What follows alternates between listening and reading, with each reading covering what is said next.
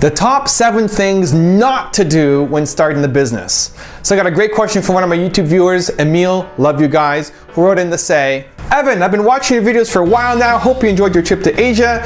I did. It was awesome. You can watch the videos. I've searched on YouTube and Google, and I always get videos, articles about what to do. I believe knowing what not to do is equally important. Usually all I get is generic tips such as don't grow too fast, but there are no concrete case studies. But when it comes to successful stories, there are specific examples we can learn from. I was thinking if maybe you can have videos or articles analyzing and explaining how businesses failed, especially startups. It would be great if you can use your influence to encourage entrepreneurs who have failed to share their stories with you. That way the mistake will only be made once because we all will have learned from it. Hopefully you'll consider my suggestion. Emil. So Emil, this is for you. Here are the top 7 things not to do when starting the business. Number 1 is pick the wrong business. A lot of companies fail, right? 80% plus of companies fail in 5 years. A lot of it's because you picked the wrong business. Your business just trying to make money, and if money is your only goal, you're not going to be successful. You look at any entrepreneur who starts off just trying to make money, they rarely do. Where if you look at the most successful entrepreneurs of all time, the big names, the people who you would recognize, Oprah Winfrey, Bill Gates, Steve Jobs, whoever it is, look at why they got started. Look at the early days of the reason for starting their business. The number 1 is never to make money. Okay, they want to have a positive impact. They want to change the way something is done. They want to mean something, but it's not just to make money. Now, making money is important. Okay, I'm not saying start a charity. You got to make money. You got to be able to support yourself, your family, your community, live the lifestyle you want. Money is going to be important. We're not throwing it away. But it's not the number 1 reason for starting this business. You have to be passionate about what you're doing, and too many entrepreneurs pick the wrong business. Number 2 is make the perfect plan. So many entrepreneurs, before they get started, they want to have the perfect plan, right? You got to have it all lined out. It's got to be 100% perfect, know exactly what you're going to do before you launch. And that holds you back. And this was me, okay? In my first real business, Redisoft, the biotech software company I had, I spent a whole summer making my plan, right? Here's how we're gonna grow, here's exactly what we're gonna do. And as soon as we launched, everything changed because my plan was wrong, my assumptions were wrong. And so, too many entrepreneurs get focused on making the perfect plan that they don't start, that they hold themselves back. The best thing you can do is plan a little and start, right? When you get feedback and reaction and customers telling you what they like and don't like, you'll have to adapt anyway. So get that feedback as soon as possible. Don't worry about making the perfect plan, and don't wait until you have that perfect plan, because so many people wait so long that they don't actually take any action at all. They give up on it because they can't figure out the perfect plan. You will never have the perfect plan at the start. So start. Number 3 is spend money. So many entrepreneurs have great ways on how to spend money, right? If I gave you $1 million, you could find 1,000,000 different ways to spend it. Not many entrepreneurs are great at making money. And so stop trying to think about how to spend money, okay? You do not need a website. You do not need an office. You do not need a car. You do not need business cards. You don't need anything. You need you and your hustle to get out there and start talking to customers. Stop trying to figure out ways to spend money. You do not need money to make money. You need to work. You need to hustle. You got to get out there and start talking to people. It takes your time. You got to invest your time, but don't start investing your money. Stop spending money until you're making some money. Number 4 is try to do it alone. You can't do this alone. You cannot do this just on your own. You need people to help you. And whether that's having volunteers or interns that I had when I started my first business, whether it's having people who are working for you part-time. The first guy I hired was for 1 hour a day to relieve some of the work off of me, right? Whether that's having a mastermind group of people that you connect with. I have one that I run here in Toronto where we meet every month to talk about our businesses and help each other out. You can't do this alone. You need to be able to talk to people, have people help you. And we're not spending money at the start, right? Back to the last point, we're not spending money on these people at the start, but you can attract people to you. You can meet up with a mastermind group once a month. You can have volunteers or student interns helping you out. Hey, if you're standing for something important, you're gonna have people coming to you. I can't tell you how many people want to volunteer at my business because I'm trying to do something big and important. You could start that way, but don't try try to do everything yourself, because running a business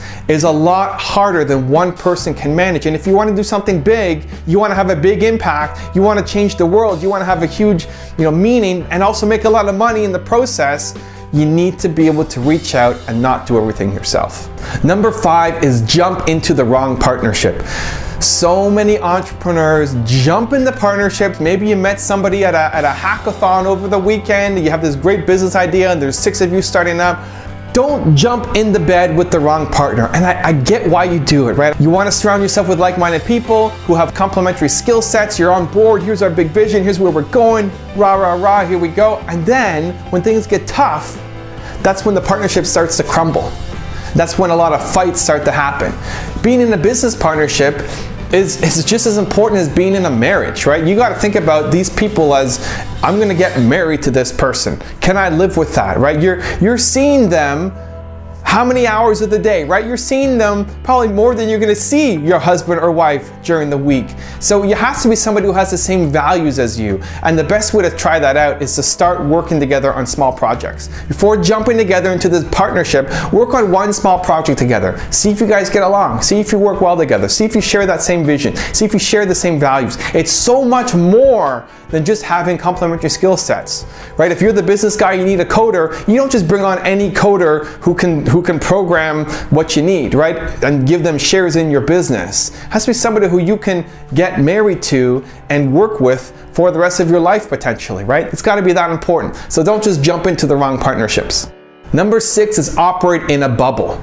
So many entrepreneurs, and myself included, we try to figure everything out ourselves. And I wasn't investing in myself. I wasn't learning to try to get better. I remember with my first business, I was earning $300 a month and surviving on beans and struggling and trying to put up a good face for my friends because I was supposed to be the guy making it big and doing well. But meanwhile, I tried everything that I knew. I was failing. I couldn't afford anything. I couldn't afford a night out to have beer with my friends. And the strategy that saved me was Mullen Success and looking from the strategies of Bill Gates and how he started Microsoft, applying that to my company, and that helped me start to grow. And if I never looked at what made Bill Gates successful, I probably wouldn't have been able to make my company be successful, because I actually told my partner that I quit. Like, I was so stressed out, I was so tired of not making any money that I wanted to quit and do something that I felt would be meaningful and I would feel valued in. So I was operating in a bubble, and you can't operate in a bubble. You have to bust through, right? Whatever your comfort zone is, you got to be able to bust through that to become the entrepreneur that you can truly become. So if that's Mullen Success, learning from others, watching videos, reading books, stretching your comfort zone, stretching your knowledge zone, stretching the safe environment that you have for yourself to become a better entrepreneur. And every single big break I've had in my business career has been because I've taken my limiting beliefs and smashed it and expanded them a little bit more, and expanded them and expanded them, and believed that I could do more and learn from others to accomplish those things and model strategies and model success. So stop operating in a bubble. And number 7 is start a product.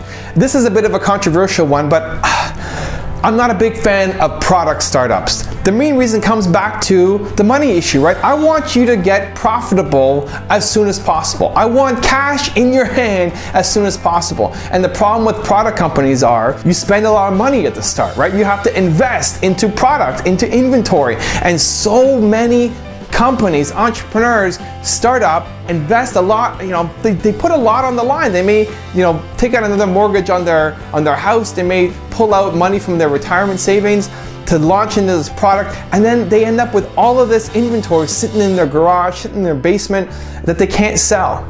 And so many product companies fail because they picked the wrong product. And it's so much easier to start in a service-based business, because you're not investing anything except your time. You don't need to invest any money into a service-based business except your time. And what that does is allows you to get close to your customers, allows you to refine your message, allows you to refine your service, because the service you go in thinking you're gonna do is not the service that you end up actually doing. It will change, right? Go back to the point about planning. It will change, and it's so much easier to be flexible in a service-based business, to figure out what your offering is gonna be and then launch into a product, right? Get some content cash flow coming in. Get that mortgage bill and that electricity bill paid off from your service-based business. It's harder to scale a service. It's much easier to scale a product. That's why it's so attractive, right? You don't want to trade time for money.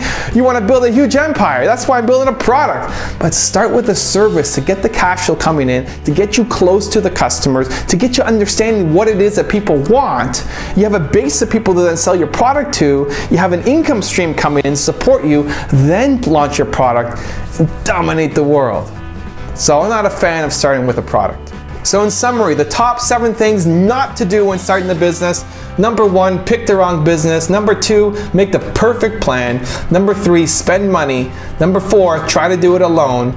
Number 5, jump into the wrong partnership. Number 6, operate in the bubble. Number 7, start a product and believe. You guys like this video? You want to see more? You can subscribe to the channel. Thank you so much for watching. I'll see you soon. Hi, I'm Tor Efsman from TimeManagementChef.com. Evan Carmichael's newsletter, Epic. Subscribe.